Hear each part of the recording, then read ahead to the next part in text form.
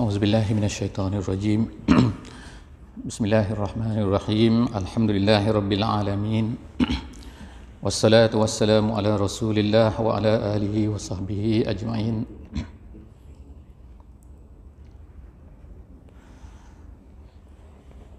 أقول رب اشرح لي صدري ويسر لي أمري واحلل عقدة من لساني يفقهوا قولي سبحانك لا علم لنا إلا ما علمتنا إنك أنت العليم الحكيم ولا حول ولا قوة إلا بالله العلي العظيم. Jadi insya-Allah untuk kita memulakan majlis ilmu yang kita harapkan ini akan mendapat ganjaran daripada Allah Subhanahu wa taala dan mendapat keberkatan daripada Allah Subhanahu wa taala. Jadi insya-Allah kita akan mulakan dengan sama-sama membaca surah Al-Fatihah. A'udzubillahi minasyaitonirrajim. Bismillahirrahmanirrahim. Alhamdulillahirabbil alamin, arrahmanirrahim, maliki yaumiddin. Iyyaka na'budu wa iyyaka nasta'in. Ihdinas siratal mustaqim, siratal ladzina an'amta 'alaihim ghairil maghdubi 'alaihim waladdallin. Amin. Amin, amin, amin ya rabbal alamin. Bismillahirrahmanirrahim. Segala puji bagi Allah Subhanahu wa taala. Salawat dan salam kita panjatkan kepada baginda Nabi sallallahu alaihi wasallam.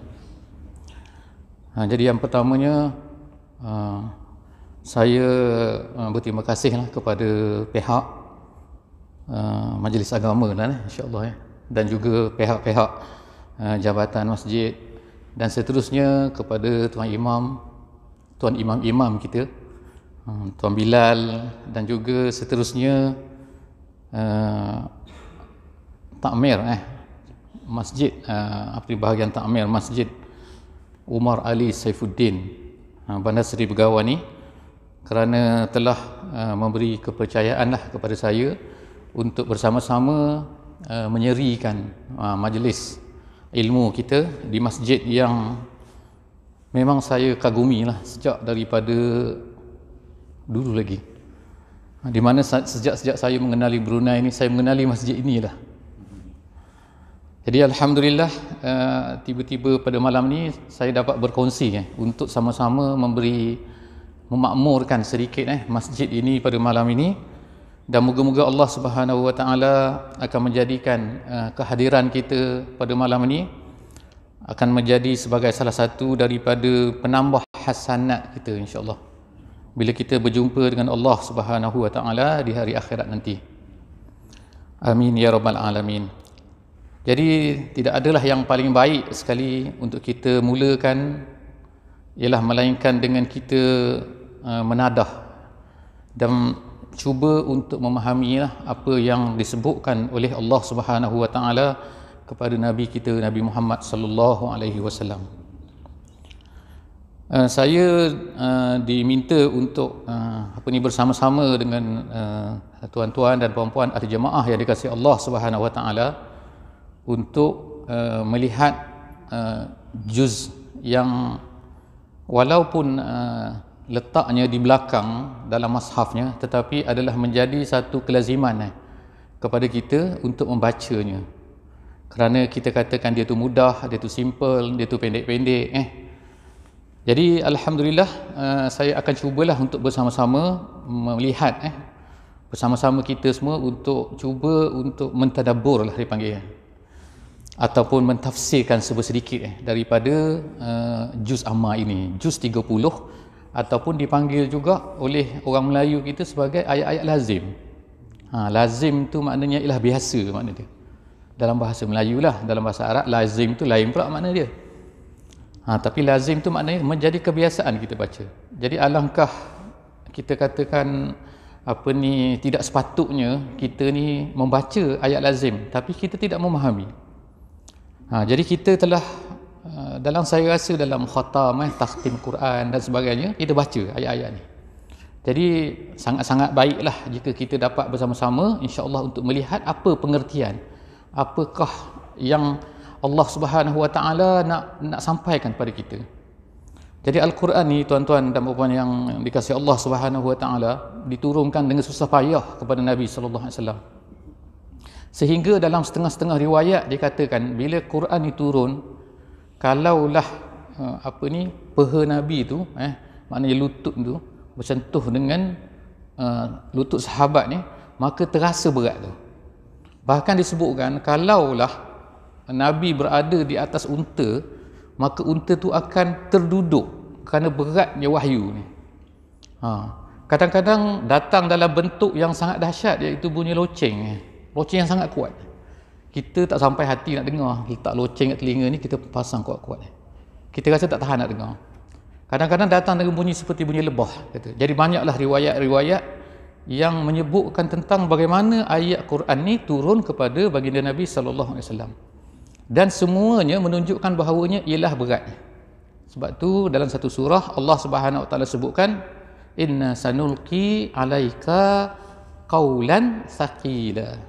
Jadi aku akan turunkan kepada kamu wahai Muhammad satu ayat, satu kata-kata yang berat. Berat apa? Berat fizikal dah berat dah. Tapi ada berat lagi, iaitu berat nak faham, nak bawa, nak amal. Tu lagi berat tu. Jadi turun kepada Nabi Muhammad sallallahu alaihi wasallam ni dalam masa yang panjang, 23 tahun. 23 tahun. Dan semua keadaan. Jadi Allah dah turunkan Quran pada kita, dan Quran yang ada pada kita ni di sini ni, mana di sana tu kan, maknanya adalah Quran yang sama yang Nabi SAW dapat, bukan lain. Jadi kita insya-Allah lah bertuahlah insya-Allah yang bersama-sama untuk kita cuba tengok walaupun sedikit. Walaupun ayat tu yang kita tengok mungkin kita kata pada malam ni 4 baris je. Ayatnya 6 je, sikit je, pendek je. Kalau imam baca kita gembira lah ni. Sebab apa pendek? Kalau baca Al-Baqarah kita nak menangis lah bila start Al-Baqarah tu. Jadi pendek juga ayat ni. Tapi Masya Allah kan, dia mempunyai pengertian yang sangat-sangat hebat lah. Setiap daripada Al-Quran ni hebat. Tapi setiap daripada ayat ni, surah-surah yang pendek-pendek ni, dia mempunyai satu perkara yang sepatutnya kita orang Islam ni pegang benda tu. Mesti amalkan. Jadi insya-Allah kita cuba baca pada malam ni, iaitu satu surah yang pendek, surah An-Nas. Jadi surah ini namanya adalah surah manusia. Surah manusia. An-Nas tu manusia lah. Kerana manusia tu dinamakan sebagai An-Nas kerana dia tu lupa. Jadi manusia ni makna dalam bahasa Arab ni nasia tu makna lupa. Nasi tu aku lupa. Jadi bila sebut An-Nas makna manusia ni lupa. Dinamakan manusia kerana lupanya, kata. Kerana apa? Nabi Adam alaihi salam fanasiya walam najid lahu azma. Allah Taala kata. Dia mendekati pokok tu kenapa? Dia lupa. Dan dia tidak ada keinginan nak melanggar perintah Allah Subhanahu Wa Taala tu. Tapi dia lupa. Jadi sejak daripada situlah maka kita ni lupa. Insya-Allah kan. Tapi lupa kita ni insya-Allah lupa kita ni walaupun manusia tu diciptakan begitu, tetapi Allah Subhanahu Wa Taala dia sayang pada kita. Kalau kita buat satu perkara lupa, Allah Taala maafkan. Jadi dia angkat daripada umatku, Nabi kata 3 perkara kan, 3 keadaan. Kalau dia kecil, dia damai sehinggalah dia balik. Kalau dia lupa, sehinggalah dia ingat. Jadi kalau dialah dipaksa, maka dimaafkan. Jadi dinamakan sebagai An-Nas. Cuma bukanlah saya nak cerita tentang An-Nas tu lupa tu, bukan. Tapi nak ceritanya tentang perkataan An-Nas tu makna dia adalah lupa. Jadi Allah Subhanahu Wa Taala mulakan surah ini dengan, saya baca sikit A'udzubillahi minasyaitonirrajim. Bismillahirrahmanirrahim. Qul a'udzu birabbin nas. Qul a'udzu birabbin nas. Yang pertama sekali. Kita ada 6 lah insya-Allah. Saya akan cuba habiskanlah insya-Allah dalam masa 40 minit kita ni. Kita cuba insya-Allah kan. Walaupun sekadar-kadarnya lah, sekadar kemampuan kita. Yang pertama Allah Subhanahu Wa Taala sebut qul. Qul ni dalam permulaan surah ni kita tak banyak. Permulaan surah saya sebut bukan permulaan ayat. Permulaan ayat banyaklah kul. Tapi kul ni ada 4. Yang depan yang belakang-belakang kita panggil 4 kul. Kul huwallah, kul ya ayyuhal kafirun, kul a'udzu birabbil falaq, kul a'udzu birabbin nas. Kul semua ni ada istimewa dia. Dalam hadis Nabi sallallahu alaihi wasallam sebut bahawa kalau kita nak tidur, dia ajar kita baca 3 kul ni. 3 kul ni. Tak kira lah, sehingga ada ulama kata mazhab Syafi'i ni, dia kata maknanya boleh walaupun perempuan tu uzur dengan niat nak zikir. Dengan niat zikir dia boleh baca. Ni kul a'udzu ni. Jangan niat baca Quran. Niat baca Quran memanglah orang uzur tak boleh baca. Tak boleh baca. Tapi dia boleh baca dengan niat zikir. Kenapa? Pentingnya ni. Jadi Nabi SAW sebut, kalau kita baca tu, kemudian tiup pada tangan, kemudian lomorkan ke seluruh tubuh kecuali tempat kemaluan, dia kata. Buat 3 kali, maka Allah Subhanahu Wa Taala akan memelihara kita daripada gangguan pada malam hari itu. Gangguan apa? Gangguan benda yang kita tak nampak. Benda nampak mudah kan? Kita buat pagar, kita duduk dalam bilik, kita kunci, susah orang nak kacau. Tapi gangguan benda tu dia tak kira. Dalam masjid pun dia masuk betulnya. Dalam masjid pun dia masuk, dia tak kira tu. Dia takut masa azan je. Dia takut masa qomat. Lepas tu datang balik dia. Maknanya benda tu tak kira masa tu. Jadi makna di sini Allah Subhanahu Wa Taala ajar kita bagaimana kita nak minta daripada Allah supaya Allah Taala bimbing kita, iaitu dengan membaca 3 kul ni. Itu satulah dari segi makna fadilat surah-surah ini. Jadi bila Allah Subhanahu Wa Taala start sini ni kul, bila dia kata kul, ulama-ulama kata kul ni ertinya ialah dia minta kita ni declare. Ada perkara-perkara ni kita yakin ke dalam hati. Kita yakin Allah Ta'ala ni berkuasa. Kita yakin Allah Ta'ala ni pemurah. Kita yakin macam ni, yakin. Itu iman kita. Tetapi ada perkara-perkara yang Allah Subhanahu Wa Ta'ala ajar kita supaya kita sebut. Kul. Sebab itulah setengah ulama kata, maknanya tak cukup kita ni ada pada kita sendiri saja. Maknanya kita dalam diri kita, tapi kita tak beritahu orang. Tak. Kul. Katakan. Maknanya beritahu. Beritahu ni banyaklah kan makna beritahu antaranya ialah orang katalah orang kata bahasa Inggeris lah kan, proud to be a Muslim, gitu kan dok. Jangan maknanya malu-malu nak mengaku Islam pun malu. Macam mana ni? Saya minta maaf lah, kadang-kadang bahasa saya ni tersasul bahasa slang-slang saya kan, minta maaf dah. InsyaAllah minta maaf. Jadi itu yang pertamalah kul. Kemudian yang keduanya Allah Ta'ala sebut ajar sini apa yang kamu nak katanya? Apa yang penting ni? Yang penting disebutkan, dideclare, diberitahu kepada manusia ni, iaitu a'udzu.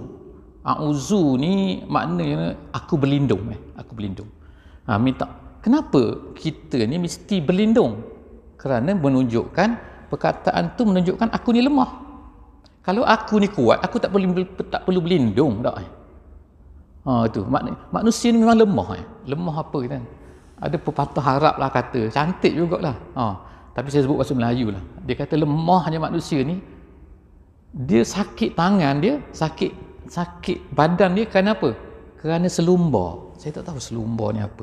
Tapi selumbar tu benda yang kecil tu kan. Yang kadang-kadang duri tu masuk dalam tangan kita tu kan. Kecil je, tapi kita rasa tak selesa, tak boleh tidur kan. Kita cari juga spek kuku tu kan, nak cari juga jarum tu nak korek buang tu. Padahal tengok-tengok ada satu je. Jadi maknanya manusia tu lemah sangat Benda tu pun dia dah sakit. Apatah lagi kena cucuk duri macam tu kan.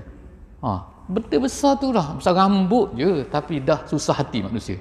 Tak boleh nak tidur sebab serabut Macam tu juga lemahnya manusia. Ada benda celah gigi kecil je tak tapi serabut nak cari juga penyucuknya macam-macam. Sebab lemahnya manusia. Lepas tu lagi yang dalam peribahasa Arab tu dia kata, dan mati manusia kerana apa? Setengah-setengah tu. Mati manusia kerana air. Minum air, tapi orang panggil terlekat air. Mati. Ada budak, mati. Terminum, tersusu. Dia panggil tersedak susu. Gitu. Dia minum susu kan dia mati. Manusia lemahnya. Kan? Siapa yang boleh kontrol benda ni? Maknanya kita ni lemah. Tengok sekarang ni. Ada apa? Corona. Corona ni besar mana? Tak tahu Saya tengok yang dia tunjuk dalam dalam inilah kan, yang baru ni kan. Maknanya bila masuk dalam jantung tu, dia boleh rosak dalam paru-paru, dia boleh rosakkan paru-paru tu. Biasanya kalau kuman-kuman biasa ni kata, virus-virus biasa tu, dia bukan macam tu.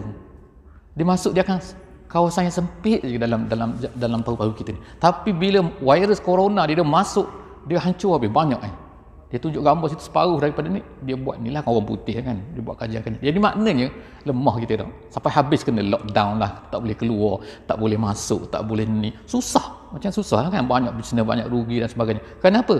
Satu jenis benda. Maknanya sini, itu benda nampak.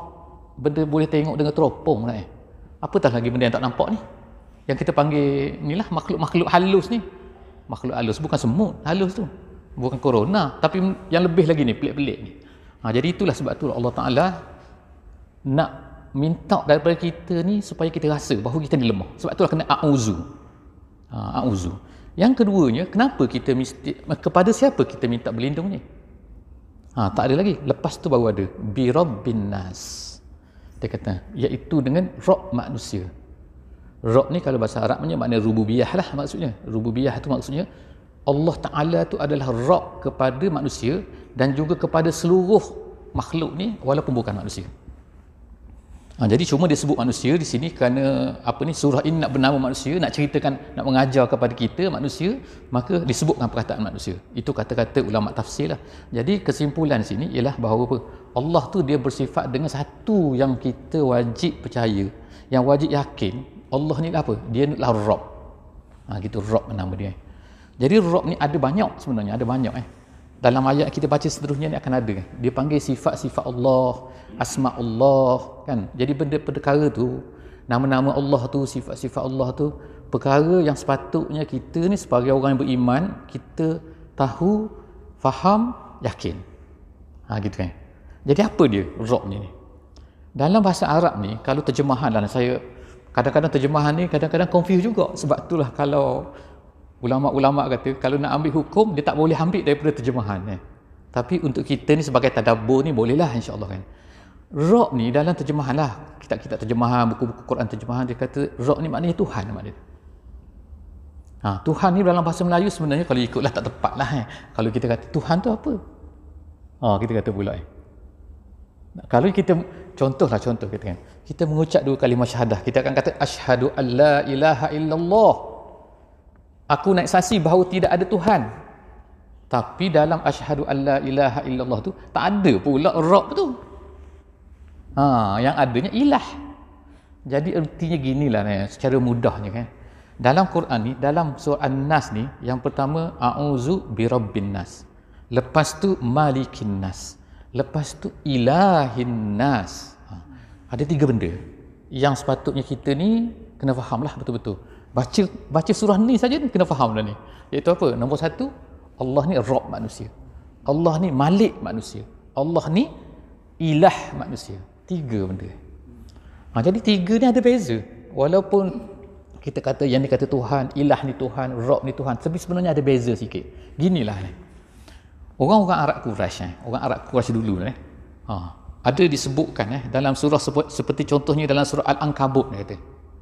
Soal Ankabut Allah Subhanahu wa taala kata wala in sa'altahum a'udzubillahi minasyaitonir rajim wala in sa'altahum man khalaqas samawati wal ard wa sakhkhara asy-syams wal qamar la yaqulunna Allah. Soal Ankabut ayat 61 Soal Ankabut ayat 61 kalau nak refer lah nanti tapi dia ada banyak lagi tempat-tempat lain. Perkara yang sama disebutkan oleh Allah Subhanahu wa taala apa? Nabi kita ni, Nabi Muhammad sallallahu alaihi wasallam, depan dia tu orang kafir Quraisy. Nabi berdakwah kepada orang yang di Mekah ni, orang kafir Quraisy depan tu. Orang kafir Quraisy ni, mereka ni tak percaya kepada Allah ni. Soalan dia kan. Ada orang kata tak percaya. Tak, dia percaya. Dia percaya tapi percaya dia tu syirik. Macam mana pula percaya syirik? Sebab tengok kan, ayah Nabi kita Muhammad sallallahu alaihi wasallam, nama dia Abdullah. Muhammad bin Abdullah. Abdullah tu artinya ialah hamba Allah. Jadi kalau hamba Allah artinya ialah bahawa Allah tu ialah Tuhan juga bagi orang Arab ni. Dia bukan Tuhan, Tuhan juga. Cuma masalah orang Quraisy ni, masalah orang-orang kafir Quraisy ni, musyrik ni ialah apa? Syirik. Syirik ni apa? Syirik ni Allah pun Tuhan, Lata pun Tuhan, Uzza pun Tuhan, Manat pun Tuhan. Dia ada 360 ekor. Dia kata ekor lah saya sebut dah. Jahat sikit ni. Mana keliling Kaabah tu. Tu Kaabah kita sekarang lah tu. Yang kita pergi tu yang hitam tu. Keliling tu 360 dia letak. Tapi yang bapak-bapak tu, bapak-bapak berhala tu, Lata, Uzza, Manat. Tu sebut dalam Quran. Tiga-tiga tu. Jadi ada orang Arab nama dia apa? Abdul Lata. Abdul Manat, bukan Manaf bukan Manaf, Manat gitu. Lepas tu ada Abdul Uzza, kemudian ada Abdullah. Jadi artinya semua tu adalah Tuhan-Tuhan. Sebab tu orang Arab Quraisy ni bila tanya dia, Allah Taala sebut dalam Quran tu, dalam surah Al-Ankabut ayat 61 tu, Allah Taala kata apa? Kalau kamu tanya mereka, wala in sa'altahum man khalaqas samawati wal ard wa sakhkhara asy-syamsa wal qamar, siapa yang menjadikan langit, siapa jadi bumi, siapa yang menundukkan bulan, siapa yang menundukkan matahari, siapa yang jadikan bunyi kuat semalam, siapa jadi tu? Bukan Petronas dekat sana tu pecah. Petronas dah mengaku dah, bukan, tak ada kaitan dengan aku, dia kata. Petronas cakap. Habis tu apa? Kena tanya ni lah kan orang astronomi lah kan. Tapi yang duk katanya ialah tu, benda daripada langit datang. Dia pecah meteor, dia kata. Saya tak tahulah benda apa tu kan, meteor shower, dia kata macam-macam tu kan. Tapi maknanya siapa yang boleh kontrol benda tu kalau nak datang? Siapa boleh kontrol benda datang daripada langit dihempas bumi ni sampai hancur? Siapa boleh kontrol? Maknanya kita ni lemah maknanya. Jadi Allah yang menciptakan semua tu.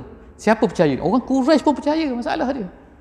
Sebab tu Allah Taala kata sini, kalau kamu tanya mereka, wahai Muhammad, wala in sa'altahum, siapa lah jadikan langit dan bumi? Siapa yang menggerakkan ni, bulan bintang ni semua ni? Siapa? Orang kafir itu akan jawab Allah. Tapi kenapa tak nak beriman ni, Pak? Ini masalah. Fa anna yufakun? Allah Taala tanya. Habis tu kenapa tak nak dengar? Kenapa tak nak ikut? Dah kalau Allah Taala jadi itulah nama dia rububiyah. Jadi itu nombor satu lah rububiyah, baru nombor satu. Nombor dua, malikin nas. Dalam Quran ni ada malik, dia ada malik gitu Kalau malik tu al-mulk, kalau malik tu milk. Itu bahasa Arab lah, saya tak nak lah detail-detail, tapi maknanya sini ialah dia ada sikit-sikit makna. Gitu. Kalau kadang-kadang memiliki, kadang-kadang makna dia ialah menjadi raja. Di sini adalah raja. Tapi raja ni ada dua jenis lah disebut sini kan, dalam tafsir kata raja-raja yang atas dunia ni pun dipanggil raja-raja jugalah, tapi ada raja segala raja gitu. Raja segala raja ni ialah yang memiliki, dan dia ni dalam Quran Allah SWT ceritakan limanil mulk, di hari akhirat nanti Allah Taala tanya ni, limanil mulk, hai raja-raja semua, siapa yang jadi raja pada hari ni? Itu dalam Quran kata lillahil wahil qahar, Allah Taala saja. Maknanya raja hari ni tak ada masalah, cuma raja hari akhirat nanti siapa? Dialah Allah Subhanahu Wa Taala. Jadi Allah Taala sebut sini malikin nas, malikin nas. Yang ketiganya Allah Taala sebut apa? Ilahin nas. Ini yang saya nak sebut tadi tu. Dia sini Rabb, sini Malik, sini Ilah. Ada tiga sini. Jadi kita cuba fahamlah tiga ni. Rabb ni ialah macam ginilah, kalau kita nak lukis maknanya daripada Allah kepada kita ni, itu nama dia Rabb. Bila Allah Ta'ala menjadikan kita, memberi rezeki pada kita, apa lagi, semua-semualah daripada Allah Ta'ala, kenapa kita ni tak nak sembah Allah? Gitu. Orang musyrik ni dia percaya ni Tuhan beri. Sebab apa? Dia tengok batu, dia tengok berhala. Batu berhala ni, batu dia yang buat, mereka yang buat batu tu. Kenapa pergi sembah pula? Itu yang pelik tu. Bila tanya, siapa jadi langit bumi? Allah, dia kata. Habis tu kalau Allah, kenapa tak sembah Allah? Macam tu. Jadi ni nama dia Ilah namanya. Gitu kan. Sini nama dia Rabb gitu. Ilah gitu kan. Jadi maknanya kalaulah kita percaya Allah Taala menciptakan ni, maka kita sepatutnya tunduk kepada Allah Subhanahu Wa Taala. Jadi sebab itulah ilahin nas, dia kata terjemahan dia ialah sembahan manusia. Jadi maknanya kita hanya sembah Allah Ta'ala saja, tak boleh sembah lain. Sebab dia yang mencipta. Yang lain ni bukan mencipta, kita yang buat dia, batu-batu ni. Jadi sebab itulah kita mesti hanya minta berlindung kepada Allah Ta'ala saja. Itu kesimpulan dia. A'udzu birabbin nas, malikin nas, ilahin nas. Itu baru habis part pertama. Part pertama tu nak berlindung. Berlindung kepada siapa? Kepada Allah Subhanahu Wa Ta'ala. Sekarang ni nak berlindung daripada apa pula? Tu kan. Kita minta Allah Ta'ala protect kita. Protect daripada apa? Mesti ada benda kan. Saya minta awak tolong inilah, lindung saya ni. Sebab apa? Ada benda nak kacau saya. Apa benda yang paling mengacau manusia, yang manusia tak boleh, manusia lain tak boleh tolong? Kalau kita kata tolong apa? Tolong bayar hutang, boleh. Awak tolong bayar hutang saya. Awak tolong hantar saya kena, saya nak tumpang kereta, boleh. Itu kan maknanya. Tapi ada perkara atas dunia ni yang kita tak boleh nak, yang lain manusia pun tak boleh nak berlindung. Kalau kita corona boleh lagi tak, kita minta dengan Pfizer tak Pfizer pun cari-carilah ada vaksin dia dah cocok sini, tak tahulah kan yang ni kata menjadi, yang ni itu wallahu alam lah itu kerja manusia lah tu kan, ahli saintis tapi ada benda yang manusia sendiri tak boleh nak ni, iaitu apa ni yang disebut sini ni, iaitu ayat yang ke empat ayat keempat, iaitu min tu dari, maknanya dari apa, syarril waswasil khannas. Jadi sekarang ni ada min syarri, kejahatan, al-waswas, maknanya waswas ni ialah bisikan. Dalam bahasa lah, dalam bahasa bisikan. Tapi bisikan apa? Bisikan macam mana? Bisikan yang didengari ke? Toh. Ni bukan bisikan yang didengari ni. Ni bisikan yang tidak didengari. Itu. Kemudian Allah Ta'ala kata al-khannas. Khannas tu maksudnya ialah satu benda daripada al-khunus. Khunus tu ialah satu benda yang datang pergi. Kita cari dia, tak ada dah. Hilang dah. Kemudian kita nak semayang, datang lagi. Tu Nabi SAW kata bila azan dia pun larilah sampai, dalam hadis sebut terkentut-kentut orang sini tak maaf bahasa dia sebut, Nabi dalam hadis sebut macam tu, sampai syaitan tu terkentut-kentut lari. Jauh sangat ni. Tapi bila habis azan datang pula dia. Bila kita qomat lari pula. Tapi bila nak semayang, bila nak start solat je, datang pula. Sebab tu ingat semua benda tu kan. Kan. Nasib baik semayang jemaah. Imam tak apalah, serah pada imam berapa rakaat dah kan. Orang belakang relax kan. Cuba semayang seorang diri, start lah kan, lupa 4 ke 3 ke, tah 2 ke. Kalau subuh pun boleh lupa juga, tak tahu lah kan. Itu dahsyat kan. Padahal subuh je pun. Kalau 20 rakaat pun juga kan. Satu salam barulah lupa kan. Ini 2 pun dah boleh lupa. Nak tunjukkan datang daripada mana tu kan. Syaitan tu kan. InsyaAllah kan masa tengok apa kita kata. Tengok WhatsApp tak lupa dah insya-Allah dah. Tengok video dekat telefon saya tak ada orang lupa dah. Lupa saya. Lupalah sedang tengok dah tak ada dah. Tapi ni boleh lupa rakaat pada berapa minit? 2 minit je saya rasa kalau sembahyang subuh dah. Paling laju lah, profesional. 2 minit. Tapi itu pun boleh lupa. Nunjukkan apa tu? Daripada mana tu? Wa ma ansani illa syaitan. Tak ada yang boleh melupakan kita ni melainkan syaitan tu. Jadi syaitan ni paling power lah. Dia suka datang kepada kita, kepada orang mukmin lah, kepada orang beriman. Orang kafir dia kata tak payahlah kan, tak payah kacau lah dia. Memang dah jahat dah dia kata kan. Setengah-setengah orang kafir ni lebih jahat lagi daripada syaitan. Siapa? Firaun lah. Firaun ni terus kata tak main-main Firaun. Ana rabbukumul a'la. Terus mengaku Tuhan, aku Tuhan paling tinggi pula tu, bukan Tuhan main-main, Tuhan paling tinggi. Itu syaitan pun dah tabik tu. Surrender. Syaitan kata setakat tahap ni aku tak sampai hati dah. Betul tak? Sebab apa? Iblis tu dia kenal Allah kan. Dia bercakap dengan Allah. Jadi macam mana dia nak mengaku Tuhan? Sebab itulah nanti di akhirat dia akan kata apa? Kata aku berlepas diri. Dia kata inna bura'a. Dia kata kan, aku maknanya tak bertanggungjawab lah maknanya kan. Itu kau punya pasal. Kau nak kafir kau punya pasal. Aku sekarang lari. Macam itulah syaitan. Dia sibuk nak kacau orang je. Tapi dia sendiri takut pada Allah. Inni akhafullah. Tu ada sebut tu dalam Quran kan. Jadi maknanya sini ialah gangguan dia ni itu memang kerja dia. Ketika dia minta kepada Allah Subhanahu Wa Taala semasa di hari akhirat dulu. Semasa dulu, masa alam arwah dulu. Masa zaman dengan Nabi Adam AS tu, ketika dia halau, dia minta daripada Allah, ya Allah, hidupkanlah aku sampai ila yaumi yub'atsun. Dalam surah Al-A'raf sampai kepada sampai kiamat. Maknanya iblis sekarang ni sampai kiamat tu jaga sikit. Dia akan hidup sampai kiamat. Banyak pengalaman. Dia pakar dalam menyesatkan manusia. Jadi sebab itulah manusia pusing ni, dia pusing dia pandai lah. Jadi anak-anak murid dia ni nama dia syaitan. Gitu kan. Jadi bapak dia tu nama dia iblis. Anak murid dia tu syaitan. Syaitan ni pula siapa syaitan ni? Syaitan ni biasa kalau dululah kata syaitan ni sebut syaitannya jin. Syaitan tak nampak. Rupanya dalam Quran ini Allah Subhanahu Wa Taala sebut sini dalam surah An-Nas ni iaitu apa? Yang last sekali dalam ayat ni iaitu ayat yang ke-6 Allah Subhanahu Wa Taala sebut minal jinnati wan nas. Maknanya bukan manusia, bukan jin saja sebenarnya. Dia jin tu satu jin. Jin tu benda tak nampak Tapi bila jamak dia jadi jinnati. Bila jinnati itu makna apa? Yang menyesatkan, yang membisik-bisik pada manusia ni, nombor satu ialah jin. Yang kedua, an-nas. Jadi salah sebenarnya kalau orang rasa macam sebenarnya syaitan ni jin saja. Tak, syaitan ni jin dan manusia. Ada satu surah lain lagi, iaitu dalam surah Al-An'am. Saya baca surah Al-An'am ayat 112. Allah Subhanahu Wa Taala berfirman dalam surah 112 ni, kalau ikut muka surat saya rasa 142. 142 muka surat Al-Quran yang standard yang diberikan semalam, dapat hadiah semalam tu. Samuel tu standard, alhamdulillah muka surat dia.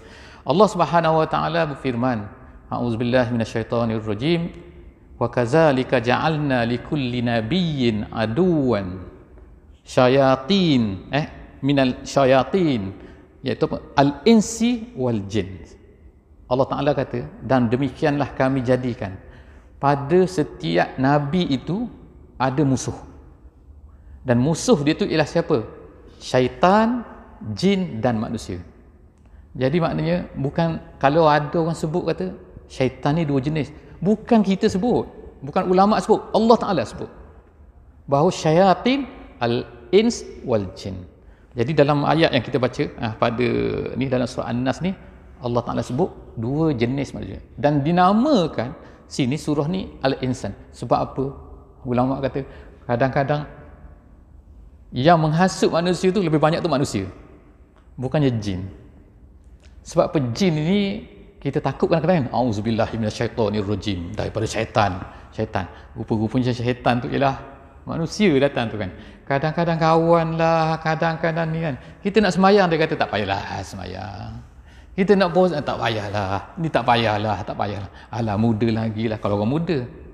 Kalau orang tu, alah lambat mati lagi lah. Alah takkan mati malam ni. Macam-macam Siapa cakap tu? Manusia tu tak Manusia yang banyak kacau manusia.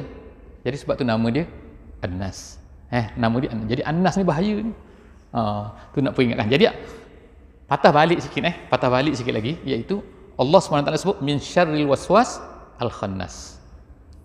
Dia ni ulama kata, ulama tafsir sebut menarik juga Saya tengok beberapa tafsir lah tafsir Jalalain ada, tafsir Al-Wasit ada oleh Syekh Said Tontawi, ada Syekh Sya'rawi pun ada jugalah dia tafsirkan ayat-ayat ni.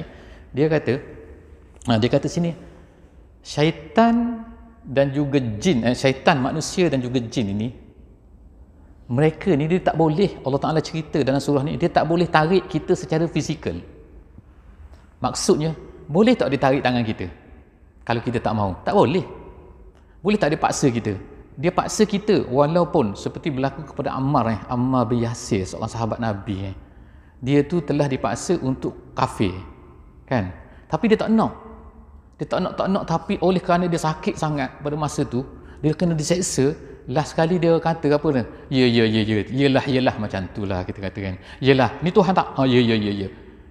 Bila dia telah dilepaskan, mak dengan ayah dia mati dah. Sumayyah dengan Yasir, anak dia Ammar seorang terlepas. Sebab apa terlepas? Sebab orang tunjuk ni Tuhan ke? Apa? Semut lalu tu dia kata, ni Tuhan tak ni? Tuhan dia kata, ni apa? Semua benda Tuhan. Rupanya masa dia cakap dah di luar sedar dah tu. Jadi selepas daripada tu dia dilepaskan. Kemudian jumpa dengan Nabi, pergi menghadap Nabi. Dia kata, ya Rasulullah, pada masa aku diseksa, aku telah kata ini Tuhan, Lata Tuhan, Uzza Tuhan, semua Tuhan. Macam mana ni ya Rasulullah aku ni? Nabi tanya, masa kamu dipaksa tu hati kamu macam mana? Tanya. Hati kamu percaya ke benda tu Tuhan? Tak, dia kata tak. Aku dipaksa. Hati aku tetap dengan iman. Jadi Nabi kata, tolonglah ayat kan, wa qalbuhu mutmainnum bil iman. Maka tak mengapa kalau seorang tu mengatakan kalimah kufur, walaupun kufur, jika sekiranya hati dia masih tetap lagi dengan iman. Maknanya kalau paksa tak apa. Jadi manusia ni tak boleh paksa manusia. Kalau dia paksa kita pun, kita ni semua kan, dia paksa buat ni kan, dia paksa kita, tak salah kita. Nabi kata tak salah. Cuma yang salah apa? Bila kita sendiri nak buat benda tu. Kita yang nak ni lah. Sebab itulah syaitan ini dia akan target apa? Tu ayat yang kelima. Dia kata ayat yang kelima ni kata apa? Allazi waswisu fi sudurin nas. Jadi dia kata, iaitu yang membisikkan tu, dia tak bisik pada telinga. Kalau bisik telinga kita boleh dengar kan? Apa ni bunyi-bunyi malam-malam Aku nak tidur, nak berjalan, apa bunyi? Kata auzubillah minasyaitan. Kita tahu, tapi masalah dia bisik dalam hati. Jadi rupanya sudurin nas tu apa yang ada di dalam dada manusia. Jadi apa yang ada dalam dada manusia tu? Hati lah. Bukan hati pedal ni, bukan hati ni yang dijual kat kedai tu, hati ayam, hati lembu, bukan. Maksud hati ni perasaan kita, dalaman kita tu yang tak boleh nampak lah. Jadi hati itulah yang Nabi kata ala inna fil jasadi mudghah iza salahat salahal jasadu kulluh wa iza fasadat fasadal jasadu kulluh. Manusia ni ada satu ketul darah dalam diri dia. Kalau jahat, darah tu maka jahatlah dia. Kalau jahat, kalau baik, darah tu baik dia. Ala wahyal qalb, Nabi kata. Maka ianya adalah hati tu. Jadi hatilah yang tentukan. Jadi syaitan dah tahu dah. Dia tahu dah teknik-teknik ni. Macam mana nak kalahkan manusia? Dia pergi go to the your heart. Dia tak go to your body. Your body tak apalah sakit. Sebab itulah kita insya-Allah kan. Sakit corona tak apa. Kita tawakal pada Allah. Kan? Adalah hikmahnya tu kan. Tapi masalahnya kalau sakit rosak hati. Bukan rosak hati, rosak jantung. Tapi maknanya rosak hati tu ialah kufur tu. Kufur tu lebih teruk lagi daripada sakit badan. Jadi sebab tu sahabat-sahabat Nabi tak kisah, mati tak kisah. Yang penting fisabilillah, insya-Allah. Jadi saya rasa setakat itulah insya-Allah. Surah ni kesimpulannya ialah surah ni nama dia manusia, mengajar kepada manusia ni bahawa kita ni lemah. Sebab tu kita mesti berlindung. Nanti surah akan datang pula insya-Allah. Surah akan datang pula, kita akan tengok pula ada satu benda lagi yang kita mesti berlindung. Yang ni satu perkara, iaitu apa dia? Dalaman. Yang kedua nanti yang luaran pula, iaitu surah Al-Falaq insya-Allah. Jadi setakat itulah saja insya-Allah. Jumpa lagi lah setakat yang saya mampulah berkongsi dengan tuan-tuan puan-puan semua kan, ahli jemaah yang dikasihi Allah Subhanahu Wa Taala. Moga-moga Allah Taala akan berilah pahala kepada kita dengan keikhlasan kita ni, dengan usaha kita untuk belajar, supaya nanti kalau Allah Taala tanya kita, kamu baca tak Quran? Baca. Kamu cuba faham tak? Tak cuba. Dah masalah nak jawab apa kan. Jadi insya-Allah usaha sedikit tapi insya-Allah minta pahala daripada Allah Taala yang banyak insya-Allah berkanda-kanda. Wallahu a'lam bissawab. Setakat itu sajalah kita tangguhlah majlis ilmu kita pada malam ni dengan sama-sama membaca surah Wal Asri. A'udzubillahi minasyaitonirrajim. Bismillahirrahmanirrahim. Wal asri innal insana lafi khusr illa allazina amanu wa 'amilus solihat wa tawasaw bil haqqi wa tawasaw bis sabr. Wassalamualaikum warahmatullahi wabarakatuh.